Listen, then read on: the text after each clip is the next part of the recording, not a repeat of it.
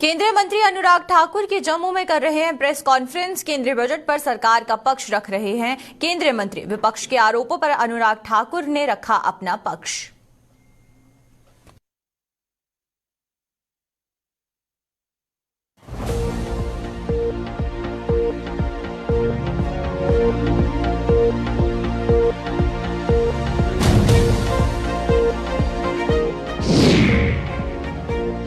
प्राकृतिक आपदा से प्रभावित परिवार समेट चुके सामान। सरकार से जमीनों के बदले जमीनें देने की उठी मांग। ठाठरी में कई निर्माण जमींदोज होने के कगार पर।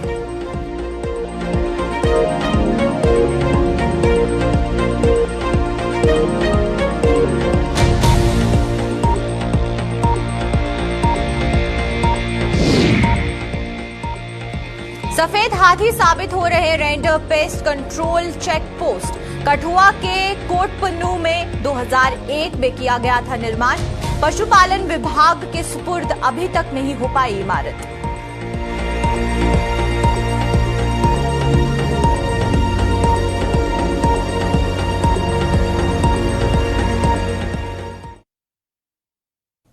नमस्कार, जम्मू कश्मीर की खास खबरें देख रहे हैं आप सब और मैं हूं आपके साथ पहले विजम फॉल। तो चलिए शुरुआत करते हैं आज के जम्मू कश्मीर की खास खबरों की।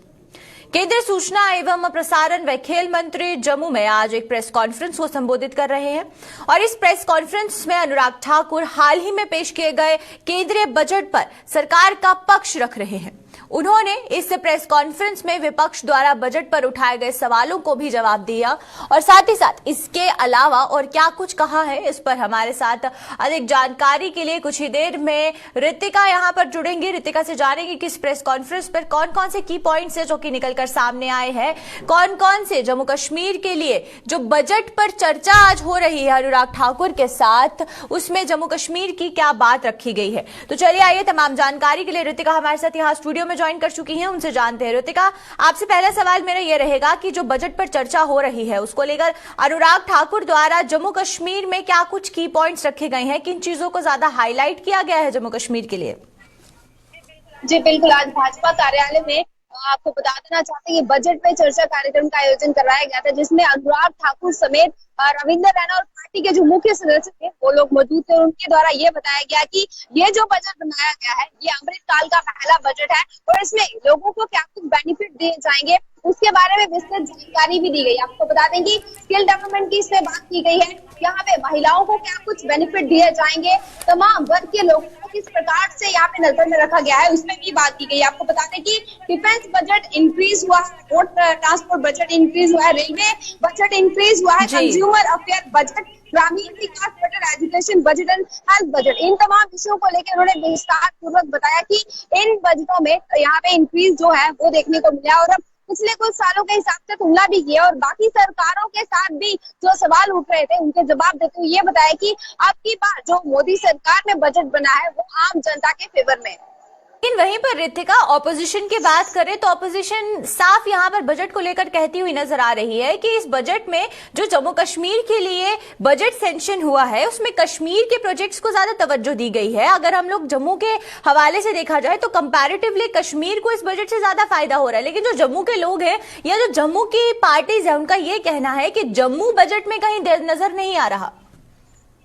आपको बता देना चाहते हैं कि तमाम पार्टीज की तरफ से जो भी सवाल उठाए जा रहे हैं, चाहे वो कांग्रेस की तरफ से हो, पीडीपी की तरफ से हो या एनसी की तरफ से हो, यहाँ पे अनुराग ठाकुर की तरफ से जो जवाब दिया गया उसमें ये कहा गया कि पहले जो पार्टी थी उनके समय में 12% के हिसाब से महंगाई दर चल रही थी, परंतु यहाँ पे मोदी सरकार के समय में ये कम हुई है और 5% तक पहुंच गई। और जहाँ तक बजट बनाने की बात है इसे तमाम जितने भी पॉपुलेशन है उसे ध्यान में रखते हुए बनाया गया है, ना कि यहाँ पे एरियाज को डिवाइड करके बजट बनाया गया है। लेकिन एक आखिरी सवाल मेरा आपसे ये रहेगा, क्या अगर हम बात करें महिलाओं की, महिलाओं को लेकर इस बजट में काफी ज्यादा जो चीजें हैं, स्कीम्स हैं वो लाई गई है, लेकिन वहीं पर अगर जम्मू कश्मीर के यूथ की बात करते हैं ऋतिका, तो जम्मू कश्मीर का जो यूथ है वो हमें देखने को मिल रहा है कि सड़कों पर है, नौकरी नहीं है, नए जो अफसर हैं वो उन्हें प्रताप यहाँ पर नहीं हो रही है और उस वजह से यहाँ पर ये देखने को मिल रहा है कि जो यूथ है जो अनएम्प्लॉयमेंट की वजह से आज वो सड़कों पर नारे लगाता हुआ नजर आ रहा है, सरकार के खिलाफ सड़कों पर है। तो क्या बजट में कोई की पॉइंट रखा गया जिसमें कहा जा रहा है कि जम्मू कश्मीर का जो अनएम्प्लॉयड यूथ है उसे नौकरियां प्रदान की जाएंगी, या फिर जो नए एंटरप्रेन्योर्स हैं उनको किसी तरीके से कोई भी फाइनेंशियल असिस्टेंस दिया जाएगा? आपको बता दें कि यूथ को लेके यहाँ पे ये बात कही गई है कि यूथ यहाँ पे नौकरी मांगने वाला नहीं, नौकरी देने वाला होना चाहिए। इसको लेके कहा गया कि कौशल विकास यानी कि स्किल डेवलपमेंट प्रोग्राम जो है वो चलाए जाएंगे, जिनको लेकर भी बजट में पूर्ण रूप से यहाँ पे बातचीत की गई है। यहाँ पे बजट में पूरे तरीके का जो फाइनेंस हेल्प है वो पूरी दी जाएगी, यानी कि कौशल विकास किया जाएगा युवाओं का, जिसके चलते आने वाले समय में उसका बेनिफिट कहीं ना कहीं युवाओं को मिलेगा। चलिए, बहुत बहुत शुक्रिया आपका रितिका तमाम जानकारी देने के लिए। तो वहीं पर हमें देखने को यह मिल रहा है कि केंद्रीय सूचना एवं प्रसारण व खेल मंत्री जम्मू में आज प्रेस कॉन्फ्रेंस करते हुए नजर आ रहे हैं और इस प्रेस कॉन्फ्रेंस में जम्मू कश्मीर में बजट पर लेकर जो चर्चा है वो हो रही है, क्योंकि बजट पर किस तरीके से अब कदम उठाए जाएंगे, जम्मू कश्मीर को क्या फायदा होगा, उसके बारे में इस प्रेस कॉन्फ्रेंस को रखा गया है।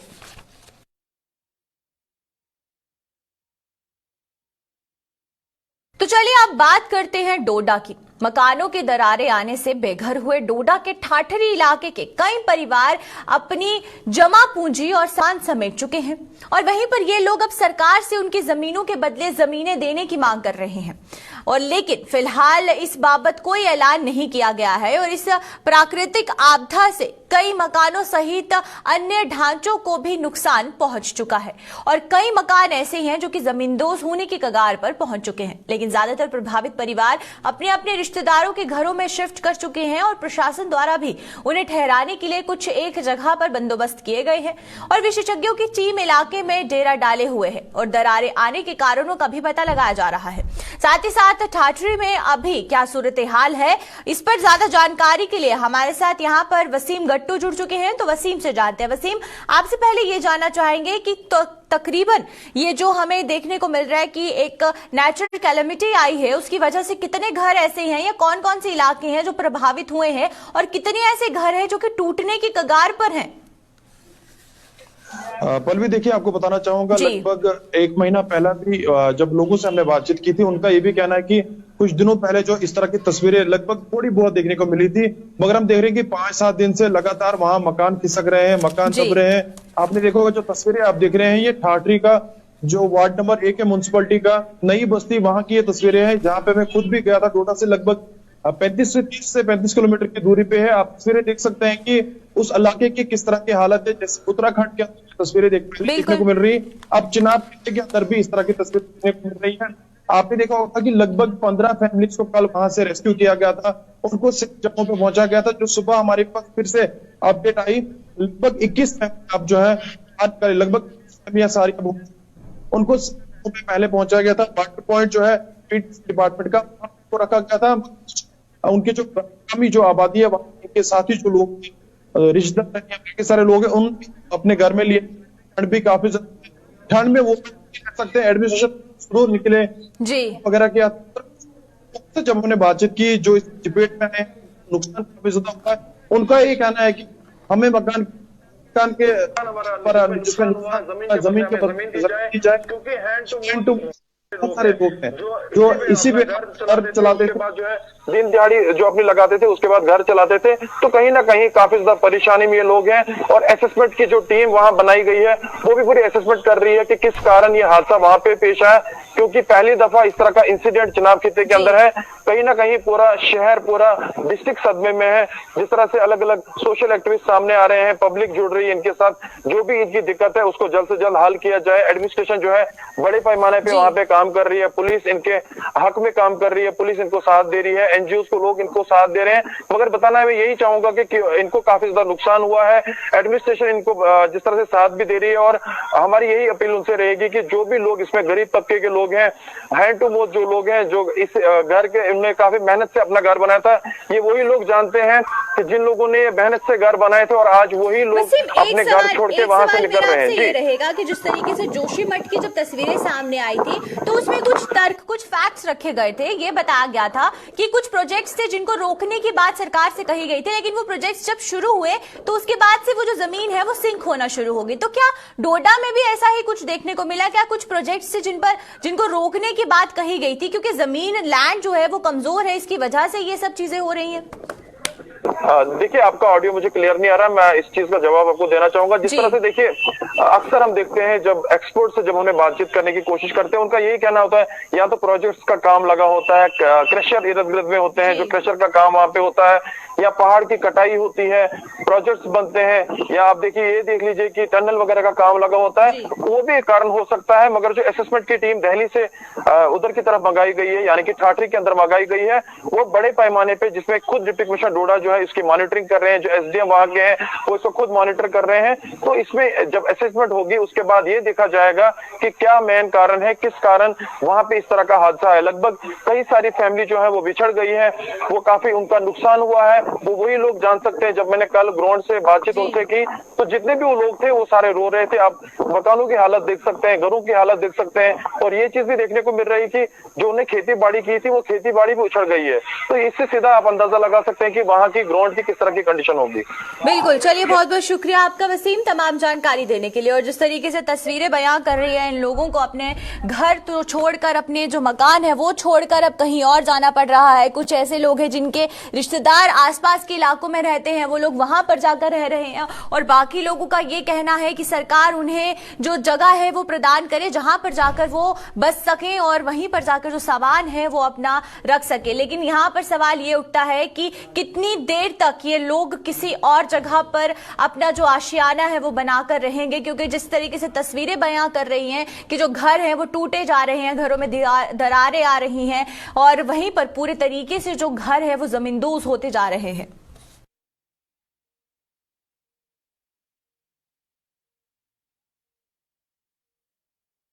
तो चलिए अब बात करते हैं कठुआ की। कठुआ जिले के कोटपुन्नू गांव में बाहरी राज्यों से आने वाले पशुओं के स्वास्थ्य जांच के लिए बनाई गई रेंडर पेस्ट कंट्रोल चेक पोस्ट सफेद हाथी साबित हो रही है। साल 2001 में पशुपालन विभाग की तरफ से केंद्र शासित प्रदेश जम्मू कश्मीर की पंजाब से लगती सीमा के गांव कोटपुन्नू में इस चेक पोस्ट का निर्माण किया गया था, जिसके बाद से बाकायदा विभाग की तरफ से करीब 4 कनाल भूमि का अधिग्रहण कर एक इमारत का निर्माण किया गया था। हालांकि आज तक ये इमारत ना तो पशुपालन विभाग के सुपुर्द की गई है और ना ही वहां पर चेक पोस्ट शुरू हो पाई है। इस खबर पर जानकारी देने के लिए कुछ ही देर में हमारे साथ हमारे संवाददाता कठुआ से जुड़ेंगे, लेकिन वहीं पर आप तस्वीरें देखिए कि किस तरीके से ये बिल्डिंग की जो हालत है वो टूटने की कगार पर पहुंच चुकी है, लेकिन आज तक इसे किसी भी डिपार्टमेंट को नहीं दिया गया। और वहीं पर तमाम जानकारी के लिए रंजीव हमारे साथ यहाँ पर जुड़ चुके हैं, उनसे जानते हैं। रंजीव, आपसे जानना चाहेंगे, साल 2001 में पशुपालन विभाग की तरफ से ये केंद्र शासित प्रदेश जम्मू कश्मीर से पंजाब से लगती जो सीमा है ये बिल्डिंग यहां पर बनाई गई थी, लेकिन आज तक उन्हें दी नहीं गई और जो इमारत है वो टूटने के कगार पर पहुंच गई है। तो ये जो लूप होल देखने को मिल रहा है पूरे प्रोसेस में, ये क्या कुछ है? बताऊं कि जो बाहरी राज्यों से जम्मू कश्मीर यूटी में जो जितने भी जानवर सेल के लिए आते हैं, जहां अन्य पर्पज के लिए आते हैं, उनका के लिए लखनपुर और पंजाब की सीमा से लगते गांव कोटपुन्नू में एक रेंडर पेस्ट कंट्रोल्स जो पशुओं की स्वास्थ्य जांच के लिए होता है वो बनाया गया है। एक बिल्डिंग बनाई गई है बाकायदा। ये 2001 में बनाई गई थी और 4 कनाल भूमि का अधिग्रहण की थी जो खरीदी गई थी मालिकों से। विभाग ने उस समय भी लाखों रुपए इस पे खर्च किए थे और लाखों रुपए की ये बिल्डिंग है, पर इसका अभी तक कोई इस्तेमाल नहीं हुआ पिछले 22 सालों के बाद तक बीत जाने के बाद भी। लेकिन अभी भी विभाग के जो कर्मचारी हैं वो एक किराए के मकान में रहकर अपना काम चला रहे हैं, लेकिन पूरा लाभ जो है जो मिलना होता है वो नहीं मिल पा रहा। बाहरी राज्यों से आने वाले जितने भी पशु हैं उनके स्वास्थ्य की जांच होनी है। अगर कोई किसी समकरण से ग्रसित पशु हमारी स्टेट में या हमारी यूपी में आने की कोशिश करे तो उसको वहीं पे रोक लिया जाता है, उसकी जांच होती है, बाकायदा वहां पर वैक्सीन भी दी जाती है। ये सारी फैसिलिटीज होती हैं और डॉक्टरों की टीम वहां पर दिन रात तैनात होती है। सवाल आपसे लेकिन उसके मेरा यहाँ पर ये रहेगा, ये जो चेक पोस्ट बनाई गई है इसका और लखनपुर का जो डिस्टेंस है वो कितना है? ये लखनपुर जो है ये जम्मू पठानकोट नेशनल हाईवे पर है और ये जो है कोटपुनू है ये हीरानगर सब डिवीजन का पंजाब के बमियाल इलाका जो पठानकोट जो उनका जिला है उसका जो सीमावर्ती इलाका है इस इलाके से भी काफी आमदोरफ्त है, जहाँ से भी 2-3 रास्ते हैं जो पंजाब को जाने के लिए जोड़ते हैं हमारे जम्मू कश्मीर यूटी को। इस इलाके से भी काफी लोगों का आना जाना है और इसके साथ साथ पशु तस्करी की बात करूं तो इस इलाके से भी काफी पशु तस्करी के मामले पहले होते आए हैं और काफी रास्ते पैदल भी हैं। लेकिन अगर इस लाखों रुपए खर्च करने के बाद भी विभाग की ये इमारत अभी तक उनको हैंड ओवर नहीं हुआ है। आज जैसे ही मैंने जो आरसीओ हैं इनके रेंडर पेस्ट कंट्रोल जो ऑफिसर हैं डॉक्टर राजकुमार वो जम्मू में बैठते हैं, उनसे बात की तो उन्होंने बताया कि 2001 में इस बिल्डिंग को बनाया गया लेकिन 2016 तक उनको अभी तक रंजीत, एक सवाल मेरा आपसे ये रहेगा कि कुछ ऐसे मुद्दे हैं जिसका इस्तेमाल ये जो बिल्डिंग है उसमें बहुत अच्छे तरीके से किया जा सकता है। जब लम्फी डिजीज आया था कुछ महीनों पहले की बात करें तो बोवाइन की जो इंटरस्टेट मूवमेंट होती थी उसको पूरे तरीके से रोक लगा दी गई थी, उस समय भी इसका इस्तेमाल किया जा सकता था। उसके बाद कठुआ और सांबा दो ऐसी डिस्ट्रिक्ट्स है जहां पर बोवाइन स्मगलिंग सबसे ज्यादा हो रही है, यानी जो पशु तस्करी के मामले हैं वो सबसे ज्यादा वहां से सामने आते हैं। तो जो पशु तस्कर है जो कि तस्करी करते हुए पशुओं की नजर आते हैं, उस समय भी इस बिल्डिंग का इस्तेमाल हो सकता था, तो फिर भी सरकार ने आज तक इसे बंजर क्यों छोड़ा है? यही बात जो है जहाँ के सरपंच लोकल सरपंच जो हैं कोटपुनू पंचायत के उन्होंने हर फोरम पर उठाई हो, चाहे ब्लॉक दिवस हो चाहे कोई और मीटिंग हो, और इनके डायरेक्टर जो हैं जो पशुपालन विभाग के डायरेक्टर तक उन्होंने मसला पहुंचाया था और डायरेक्टर ने भी जो एसीडी हैं ग्रामीण विकास विभाग के जिन्होंने ये बिल्डिंग तैयार किया उनको 2016 में एक चिट्ठी लिखी थी जिसको लेकर जैसे ही एसीडी से आज बात की गई तो उन्होंने साफ मना कर दिया गया, उनके नॉलेज में अभी तक ऐसी कोई बात नहीं है। लेकिन मैं बताऊं कि अगर इतनी बड़ी बिल्डिंग बनाने के बाद भी कोई अधिकारी जिला स्तर का अधिकारी अनभिज्ञ हो तो ये बात सवालों को घेरे में आ सकती है। लेकिन इस बिल्डिंग को लेकर सरपंच ने अपने लेवल पर जितना भी उनसे बन पाता था उन्होंने किया। लेकिन बड़ी बात जो पल्लवी मैं बताऊं इस को लेकर कि लाखों के सरकार के लगते हैं, फायदा नहीं हो पाता, स्टाफ जो है वो किराए की बिल्डिंग में है, ये सारी चीजें जांच का विषय है। इसकी जांच कौन कराएगा ये सारा आने वाले समय में देखना होगा, क्योंकि हमने हर एक अधिकारी से लेकर छोटे सरपंच तक जितने भी नुमाइंदे हैं उनसे इस बारे में बात की। रंजीव, जिस तरीके से आपने पूरी जानकारी दी कि अभी तक ये जो बिल्डिंग है वो किसी भी डिपार्टमेंट के सुपुर्द नहीं की गई है और उसकी वजह से जो दिक्कतें हैं वो डिपार्टमेंट को आ रही है, क्योंकि ये एक ऐसी जगह पर है जो कि जम्मू और पंजाब के बॉर्डर पर लगती है, जिस बीच इस चेक पोस्ट का इस्तेमाल बहुत अच्छे तरीके से हो सकता था और अगर सरकार चाहती तो उसका इस्तेमाल लाया जा सकता था। लेकिन आज तक ये जो इमारत है ये पूरे तरीके से इस्तेमाल में नहीं लाई गई है, जिसकी वजह से आज ये बंजर पड़ी हुई है।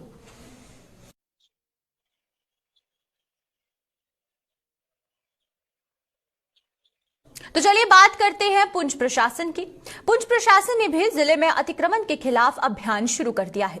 इस अभियान के तहत जिला प्रशासन ने सोरनकोट के लसाना इलाके में अतिक्रमण की कार्यवाही करते हुए अवैध ढांचों को गिरा दिया है और वहीं पर अतिक्रमण हटाने की ये मुहिम नायब तहसीलदार लसाना मनोज कुमार की देखरेख में चलाई जा रही है। और सोरनकोट में मौजूदा समय में कितनी जमीन पर यह अतिक्रमण हटाया जा चुका है, ये कार्यवाही कहां जारी है, इस पर जानकारी के लिए हमारे साथ आकाश मलिक यहां जुड़ने वाले हैं। आपको बता दें कि जिस तरीके से अतिक्रमण यानी कि एंटी एनक्रोचमेंट ड्राइव चलाई जा रही है और बहुत से ऐसे इलाके हैं जहां पर ये एंटी एनक्रोचमेंट ड्राइव बहुत जोरों शोरों से चल रही है, उसमें से सोरनकोट पुंछ का जो है वो एक इलाका है जहां पर अभी तक लसाना इलाके में अतिक्रमण की कार्यवाही जोरों शोरों से चलती हुई नजर आ रही है। तमाम जानकारी के लिए आकाश हमारे साथ यहां जुड़ चुके हैं। तो आकाश, आपसे पहला सवाल मेरा ये रहेगा कि अभी तक कितनी ऐसी कमर्शियल प्रॉपर्टीज या फिर डोमेस्टिक प्रॉपर्टीज हैं जिन्हें तोड़ा गया है लसाना इलाके में? मैं आपको बताता हूं, कल देर शाम जो है लसाना इलाके में एक नायब तहसीलदार लसाना की तरफ से एक ड्राइव चलाई गई, जिसके बाद जो है तमाम लसाना के लोगों ने जो है खुद ही अपना जितने भी 7 दुकानें थी और इस दुकानों को खुद ही उन्होंने तोड़ दिया। उसके बाद नायब तहसीलदार ने लोगों का शुक्रिया भी अदा करने आया कि लोगों ने जो है खुद ही हमारी बात कर ली और खुद ही इन स्ट्रक्चर्स को गिराया गया है। बिल्कुल। आपसे आकाश ये जानना चाहेंगे कि ये जो एनक्रोचमेंट की गई है, ये कितने साल पुरानी ऐसी दुकानें हैं जहां पर ये एनक्रोचमेंट हुई है और आज जाकर सरकार इसे हटा रही है? ये कुछ 40 से 50 साल पहली जो है ये दुकानें हैं जी, लोगों ने अपने कब्जे में रखी थी, तो आज जो है सरकार ने इसको अपने कब्जे में ले लिया है। टोटल जो है इस वक्त सुरनकोट की बात करें 24,836 कनाल जो है रकबा जो है कनाल जो इलीगल इंक्रोचमेंट लोगों के पास थी, और उसमें से जो है 22,000 कनाल जो है रिकवर अभी तक कर लिया गया है। और उसके बाद जो है 2578 कनाल रकबा जो है काचराई का, और उसके साथ साथ कामल जमीन जो 162 कनाल थी वो भी जो है रिकवर कर ली एज पर नायब तहसीलदार सुरनकोट। नायब तहसीलदार सुरनकोट से हमारी बात भी हुई है, उनका कहना है कि जितनी भी जो है जमीन है हमने जो है रिकवर कर ली है। 22,000 कनाल जो है इलीगल इंक्रोचमेंट थी जो उसको भी हमने रिकवर किया, और उन्होंने लोगों से कहा है कि जिनकी जमीन बचती है वो खुद ही इसको इंक्रोच तोड़ दे, नहीं तो आने वाले वक्त में उनके खिलाफ सख्त कानूनी कार्रवाई। एक आखिरी सवाल आकाश आपसे मेरा ये रहेगा कि जिस तरीके से ये कमर्शियल प्रॉपर्टीज हटाई जा रही हैं, तो क्या इसमें कुछ पॉलिटिकल लीडर्स भी हैं जिनकी प्रॉपर्टी पर ये जो एंटी एनक्रोचमेंट ड्राइव है इसका असर देखने को मिल रहा है? अभी तक इस पे जो है पॉलिटिकल लीडर्स की कोई भी जमीन जो है अभी तक सामने नहीं आ रही है। जी, तहसीलदार से भी बात की, उनका ये कहना है कि 24,836 कनाल थी जिसमें 22,000 कनाल जो है रिकवर कर दी गई है, और आने वाले वक्त में जो है ये कार्रवाई जारी रहेगी। और इसमें उन्होंने कहा है कि 12 से 14 स्ट्रक्चर्स भी जो है इन दिनों में जो है उनने गिराए हैं, और आने वाले वक्त में जो भी इसमें आएगा, पहले तो उन्होंने कहा है कि खुद ही लोग इसको इंक्रोच तोड़ दें। और हमने देखा है कि सुरनकोट पे काफी सारे लोगों ने जो है खुद भी अपने इंक्रोचमेंट तोड़ना शुरू कर दिए। जैसे नाला की बात कर ले, काफी सारे नालाएं लोगों ने खुद ही जो है तोड़ना शुरू कर लिया, और इसमें जो है सरकार की तरफ से जो है ऑर्डर था एक हाईकोर्ट की तरफ से, उस पे जो है लोग भी जो है अमल कर रहे हैं। जी चलिए, बहुत बहुत शुक्रिया आपका आकाश तमाम जानकारी देने के लिए। तो ये थे हमारे साथ आकाश मलिक, और वहीं पर आप तस्वीरों में देख रहे हैं। और सबसे बड़ी बात यहाँ पर ये है कि लोगों ने खुद ही इस एंटी एनक्रोचमेंट ड्राइव पर अपनी भागीदारी देते हुए जो उन्होंने इलीगल तरीके से एनक्रोच की हैं जगहें, उन्हें हटाती जा रही है।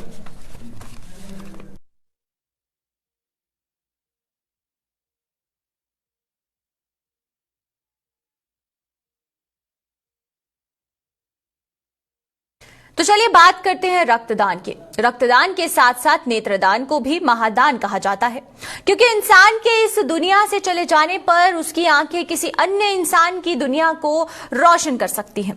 जम्मू के जीएमसी अस्पताल को फरवरी 2022 से आई बैंक का लाइसेंस मिलने के बाद यहां पर अभी तक 21 लोग दुनिया को देखने के काबिल बन चुके हैं। औरतों और नेत्रदान करने के इच्छुक लोगों की तादाद दिन ब दिन बढ़ती जा रही है, और अस्पताल के आई डिपार्टमेंट की टीम आए दिन जागरूकता शिविरों का आयोजन कर लोगों को नेत्रदान करने का पंजीकरण करवाने की गुजारिश कर रही है। ये जानकारी जीएमसी अस्पताल में तैनात डॉक्टर नरेंद्र सिंह ने दी। आइए देखते हैं कि उन्होंने क्या कुछ कहा है। अभी तक टोटल केराटोप्लास्टिक सर्जरीज या मतलब कॉर्निया जो भी जो हुई है वो 21 हो चुकी हैं अभी तक सर्जरीज। जो हमारे पास जिन्होंने आई डोनेट करने के लिए प्लेज किया है, जो कि हर रोज बढ़ता है, वो अभी तक 257 लोग हैं जिन्होंने वॉलंटरली आके प्लेज किया है कि हम लोग आई डोनेट करेंगे, कॉर्निया डोनेट करेंगे। और ये figure by every day change होती है, क्योंकि हमारी एक टीम है जो लोगों को मोटिवेट करना, लोगों को ये मतलब समझाना कि ये चीज़ जो है किसी के लिए रोशनी बन सकती है, तो एक बहुत बड़ा दान और पुण्य का काम है। तो उसके लिए हमारी रेगुलर कोशिश चलती रहती है।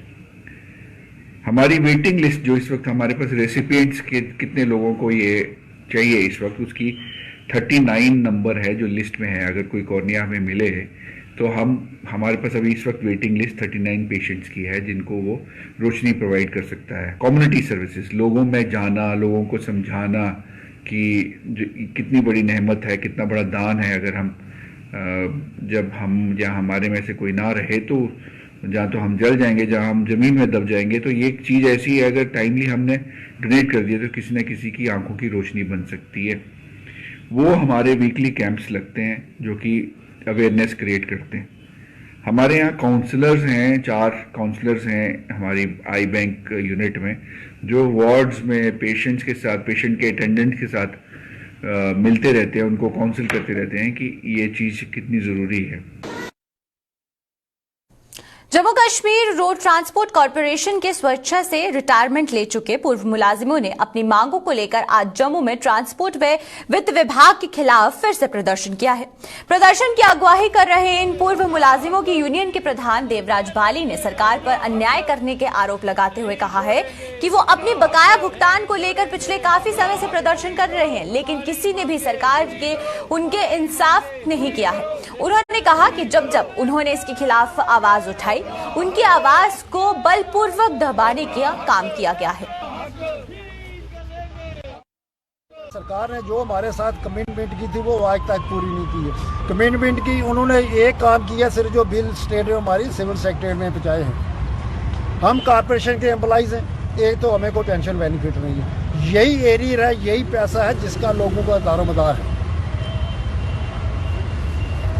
एमएलसी या विधायक लोग चाहे वो एक दफ़ा बने चाहे दो दफ़ा बने, उनकी 60,000 पेंशन लग गई है, जबकि वो एम्प्लॉइज नहीं होते, वो डेली बेसिस होते हैं, तो वो सिर्फ जनता की सेवा के लिए आते हैं, उनकी पेंशन लग गई है। हम लोग 35, 36, 37 साल नौकरी करके हमारी को पेंशन रहेंगे। तो चलिए अब तक के जम्मू कश्मीर की खास खबरों में फिलहाल इतना ही। मुझे दीजिए इजाजत। नमस्कार।